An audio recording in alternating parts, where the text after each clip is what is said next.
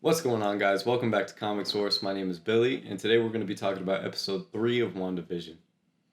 So, we open up our first scene in full color with an appointment with the doctor who's just, figuring out that she's pregnant. It's kind of just set up for the episode. There wasn't really anything going on in that scene that we can kind of call back to or anything. It's mostly just set up for the rest of the episode. So the fun in the episode begins after Vision is talking to the doctor about the doctor going on vacation and all that. He notices Herb in his front lawn who's cutting his hedges, but then he starts to cut his wall, which is like, that's kind of where the cracks start to show. And in the previous two episodes, the cracks would show, and then they would kind of just heal over each other immediately, and then just keep going with the comedy. But that's where the cracks start to show, and Vision starts to question everything that's going on. But after that, they go back inside and they start to figure out the track of her pregnancy and like different techniques that they can use as parents. Vision times himself on how long it takes him to do a diaper. And what I found kind of ironic was the fact that they said, better hope for a girl then when they get twin boys. I just thought that was kind of funny personally. But what I thought was really cool throughout the episode was the fact that her pregnancy movements, like kicking and all that, it affects her magic, and her magic gets dispersed throughout different things. That's why the butterflies came alive, obviously, and then that's why the stork came alive later to create tension in the episode. During the prep for her birth, Vision comes like really, really close to cracking the code on what's going on here. And then you can kind of see that Wanda is kind of like, oh shit. And then it just cuts. Like, I started to rewind when I was watching the show because I thought that something messed up. But no, I guess she just rewinded it so that Vision could go back, and then the dialogue continued and more talking about the child rather than cracking the code on what's going on. And then we move on to the Hydra Soap commercial, which I guess I was right in thinking that in every episode we're gonna have another one of these, and maybe they'll start to link together.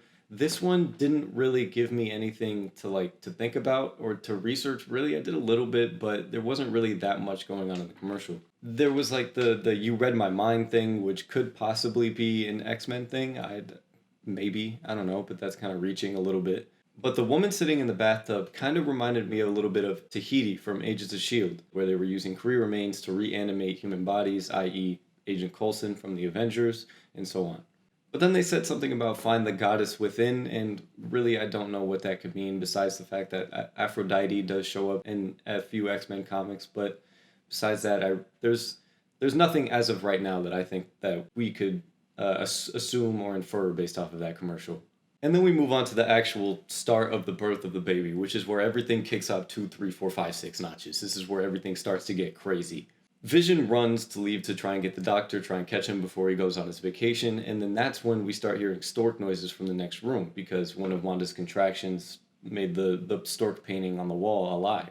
That's when Geraldine, of course, perfect timing, comes to the door looking for, utensils and different things, just typical sitcom stuff. And the whole time, Wanda is trying to hide the fact that she's pregnant. And then while she's doing that, they put together this really nice scene of Wanda trying to hide the fact that she's pregnant and then try and hide the stork from her. And then when she uses her magic to get rid of the stork just gets a little bit bigger. It was really intense and a little bit funny. But then Wanda actually starts to go into labor. And I guess this is maybe just Monica Rambeau's, slash Geraldine. I guess this is just Monica Rambeau's kind of like her real self because she is a sword agent, her real self coming out a little bit, some field medic tendencies or whatever, that she was able to perform a live childbirth perfectly. And then, of course, as soon as Wanda gives birth to Tommy, that's when Vision runs through the door with the doctor, and the doctor feels woozy, has to go into the kitchen. I thought that was kind of funny that they made him run all the way over there just to not do his job. And I thought it was kind of cool that she said, "Ooh, you're strong," when she gave birth to Tommy, because in my research I had found out that Tommy was more of, your brute strength type of character as opposed to his brother Billy, who gets born later in the episode. And then of course, right after she gives birth to Tommy, that's when baby number 2 comes out, baby Billy comes through. And then Vision leaves with the doctor outside to just to see him off as he goes back out to his vacation to the Bermuda, which is, unless it's an island that I don't know about, I think the Bermuda is not a place that you want to go vacation, but that's just me. But he leaves Wanda inside with Monica Rambeau, i.e. Geraldine, and when he goes outside, the doctor says the creepiest thing you could ever imagine, that he doesn't want to go on his vacation anymore because it's such a small town and that it's hard to escape. Huh? And then that's when the cracks start to just break everything apart, and I don't think we're really going to go back to normal. I mean, Actually, I'm wrong. We're probably going to go back to normal, but you know what I mean. And then when the doctor finally leaves, Vision notices to his left, he notices Agnes and Herb talking that shit. They're talking about Monica Rambeau, or as they know it, Geraldine. And then they put together a really well put together scene with a lot of tension in it, where they go back and forth from the two outside talking about Geraldine to inside where Geraldine is talking to Wanda. And then Wanda makes Geraldine snap out of it to Monica Rambeau, her real self, when she talks about Pietro, her twin brother, who was, as we know it, Quicksilver in Age of Ultron, the best shield in the MCU. And then that's when Monica Rambeau snaps into it and says, he was killed by Ultron, wasn't he?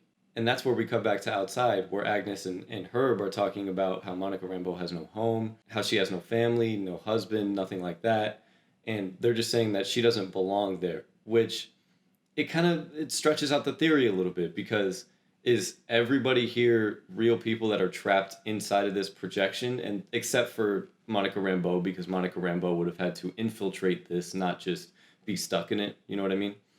And they're all trying to get out, or are these all extensions kind of Wanda's subconscious, and they know that she is an infiltrator and they want her gone? And then that's when Herb gets really close to spilling the beans, where he says, she came here because we are all, and then of course he never gets to finish the line because they just want to string us out. They want to do it. They want us annoyed. And then that's when we cut back inside and Wanda notices the sword logo on Geraldine's chest. And then that's when everything starts to break. And she starts to ask Geraldine, who are you? And then she says, I don't know. And I genuinely think that once she passed into, like when she went from sword agent trying to infiltrate to successfully infiltrated, maybe that messes with her mind a little bit and she's actually projected herself into this reality, like as if reality is just completely real, sort of say. And then that's when Vision starts to get nervous and he goes inside, and then Wanda, staring at the crib in the scariest fashion ever, I forgot that we were watching a horror movie, says that Geraldine had to go home. And then that's when we find out that she booted her out of the entire reality. Like she got literally cannoned out. And then she gets surrounded by sword agents. I tried to watch it a couple times to see, if there was any familiar faces, but everything was dark. There was nothing to notice except for the fact that their base is enormous. I want to know how long they've been there, exactly what type of readings that they're getting off of this. And it does look like it is a plot of land. We can't exactly see how big it is, how big the plot of land is, because it was kind of shifted to the right side of the screen. But I'm curious to see what this actually looks like from, like a bird's eye view or something like that. And then, of course, we have to appreciate the switch to widescreen when she kicked her out. That was perfect to bring us into, to make sure that we know that we are now in, like, the actual reality. So just to kind of wrap it up in a nice little bow here, I kind of, like, collected a little bit of my post-episode thoughts here. I fully believe that Wanda is control of this universe now. I do believe that 100%. Maybe where the villain comes in is possibly Mephisto detects this like magical output and then he comes to try and siphon some of it off or something like that. I'm not exactly sure, but I do believe that Wanda is fully in control. And of course, as I've talked about, I want to know exactly when Sword got there and how they got their setup to be this massive, and then of course what exactly they're reading off of this magical output.